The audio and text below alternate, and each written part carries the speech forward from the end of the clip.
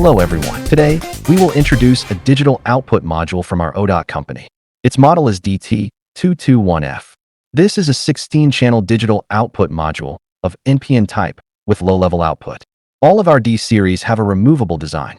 Its wiring terminals can be quickly plugged and unplugged.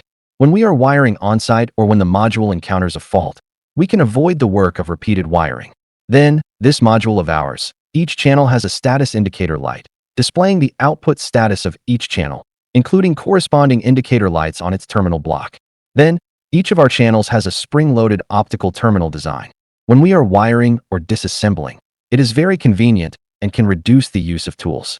Each aperture of the terminal supports a maximum of 1.5 square millimeters cable.